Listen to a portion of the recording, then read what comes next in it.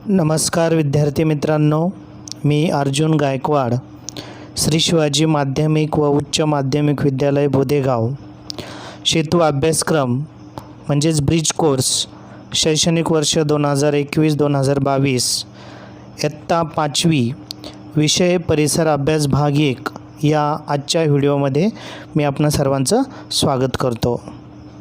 विद्यार्थी मित्रांनो, आज आपण सेतू अभ्यासक्रममधील कृतीपत्रिका क्रमांक 23 पाहणार आहोत। नैसर्गिक आपत्ती, अवकाळी पाऊस, पूर, भूकंप, सुनामी हा घटक आपण यापूर्वी इयत्ता 4थी मध्ये प्रकरण क्रमांक 23 नैसर्गिक आपत्तीमध्ये अभ्यासलेला आहे।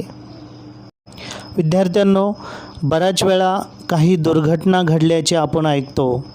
कुठे भूकंप होतो, तर कुठे पूर येतो, कुठे सुनामी येते, तर कुठे अवकाळी पाऊस होतो आणि या दुर्घटनांमध्ये अनेक माणसे जखमी होतात, काही माणसे मृत्युमुखी पडतात, लोकांची घरे पडतात, त्यांची पाळीव जनावरे मरतात।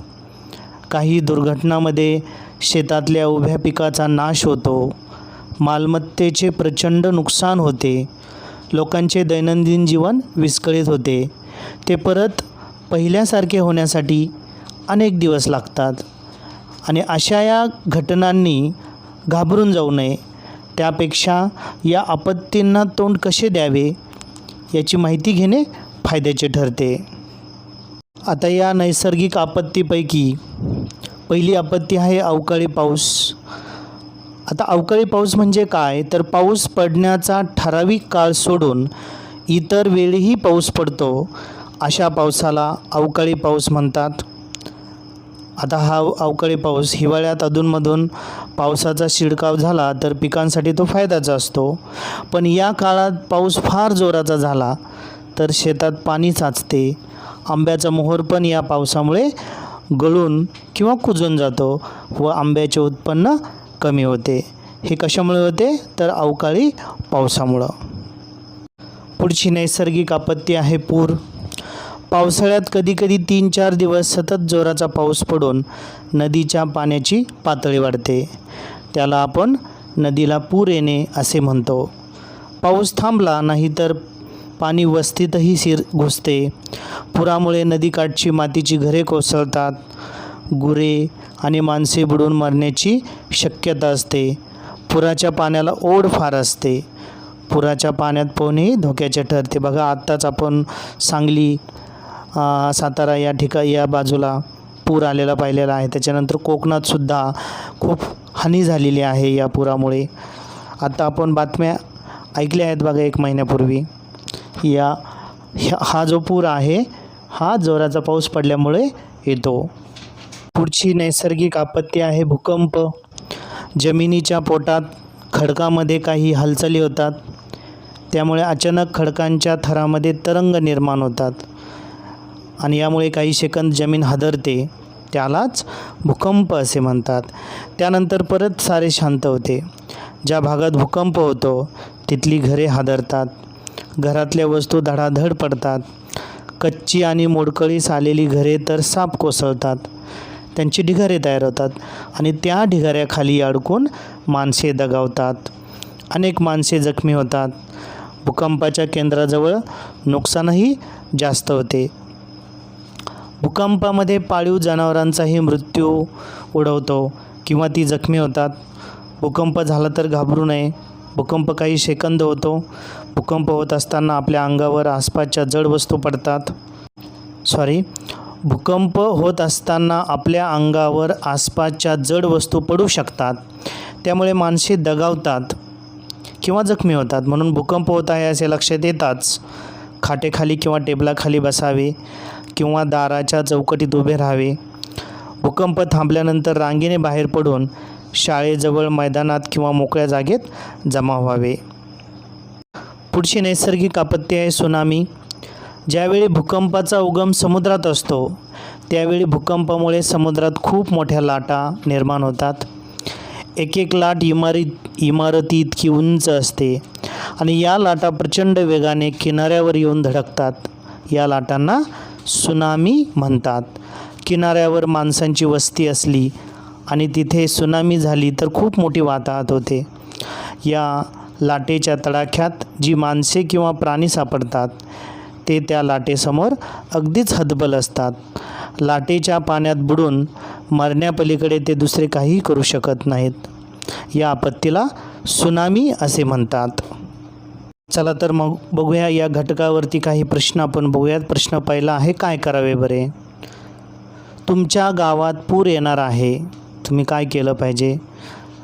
त्याच्यानंतर शाळेत असताना भूकंपाचे धक्के बसत आहेत, तुम्ही काय कराल? त्यानंतर प्रश्न क्रमांक 2 आहे, खालील प्रश्नांची उत्तरे लिहा. अवकाळी पावसामुळे शेतीचे काय आणि कसे नुकसान होते ते तुमच्या शब्दात लिहा. दुसरा प्रश्न आहे, सुनामीच्या किनाऱ्यावरील जनजीवनावर कोणते परिणाम होतात? त्यानंतर तिसरा प्रश्न आहे की एका नैसर्गिक आपत्तीविषयी वर्तमानपत्रात आलेली बातमी मिळवावं थोडक्यातल्या. बघा, मागच्या महिन्यात खूप अशा बातम्या आलेल्या आहेत कोकण भागाच्या किंवा सांगली भागाच्या. त्या ठिकाणची एक बातमी तुम्हाला मिळवायची आणि ती या ठिकाणी लिहायची आहे. आणि विद्यार्थी मित्रांनो, शेवटचा प्रश्न आहे प्रश्न क्रमांक 4. या ठिकाणी काही नैसर्गिक आपत्ती आणि मानवनिर्मित आपत्ती असे कोष्टक दिले आहेत बघा. ते खालील यादीच्या मदतीने तुम्हाला पूर्ण करायचे आहेत. 2 कॉलम दिलेले आहेत. एक कॉलम आहे नैसर्गिक आपत्ती आणि दुसरा कॉलम आहे मानवनिर्मित आपत्ती. आणि या ठिकाणी 8 आपत्ती दिलेल्या आहेत. त्याची विभागणी आपल्याला नैसर्गिक आपत्ती आणि मानवनिर्मित आपत्तीमध्ये करायची. बघा कोणकोणत्या आपत्ती आहेत. चक्रीवादळ, मोडकळीला आलेले घर कोसळणे, वीज कोसळून त्यात मरणे, 2 आगगाड्यांची टक्कर होणे, पटांगणातील वाळवी लागलेले झाड पडून त्याखाली खेळणारी मुले जखमी होणे, जोरदार बर्फ पडून दैनंदिन जीवन विस्कळीत होणे, स्वयंपाकाचा सिलेंडर फुटून आग लागणे आणि विमान उडताना बिघाड होऊन अपघात घडून येणे. अशा पद्धतीचे आपत्ती आहेत त्या तुम्हाला नैसर्गिक आपत्ती आणि मानवनिर्मित आपत्ती यामध्ये विभागणी करायची आहे. विद्यार्थ्यांना हा सर्व स्वाध्याय तुम्ही तुमच्या वहीमध्ये लिहायचा आहे. या ठिकाणी आपण थांबूयात. उद्या आपण सेतू अभ्यासक्रममधील कृतीपत्रिका क्रमांक 24 लोकसंख्या वाढ आणि जमिनीतील पाण्याची पातळी याविषयी चर्चा करणार आहोत. विद्यार्थी मित्रांनो, आतापर्यंत आपण बऱ्याच कृतीपत्रिका पाहिलेल्या आहेत. या सर्व कृतीपत्रिकांच्या खाली मी प्रत्येक वेळी काही प्रश्न दिलेले आहेत बघा. काही कृतीपत्रिकेमध्ये 5 प्रश्न आहेत, काही 4 प्रश्न आहेत. ही सर्व प्रश्न तुम्ही तुमच्या परिसर भाग 1 साठी जी वही केलेली आहे त्या वहीमध्ये या सर्व प्रश्नांची उत्तरे लिहायची आहेत. कारण बघा, आता येत्या 14 तारखेला सेतू अभ्यासक्रमाची 3री टेस्ट आपली होणार आहे आणि या टेस्टला तुम्हाला या भागावरती आधारितच प्रश्न विचारले जाणार आहेत. कृतीपत्रिका क्रमांक 1 ते 24 म्हणजे पूर्ण जो भाग आहे आपला परिसर अभ्यास भाग 1 सेतू अभ्यासक्रमचा, या सर्व भागावरती तुम्हाला प्रश्न विचारले जाणार आहेत. त्यामुळे हा सर्व भाग तुम्ही काळजीपूर्वक अभ्यासायचा आहे. त्यासाठी विद्यार्थी मित्रांनो, हा सर्व स्वाध्याय तुम्ही तुमच्या वहीमध्ये लिहून काढा.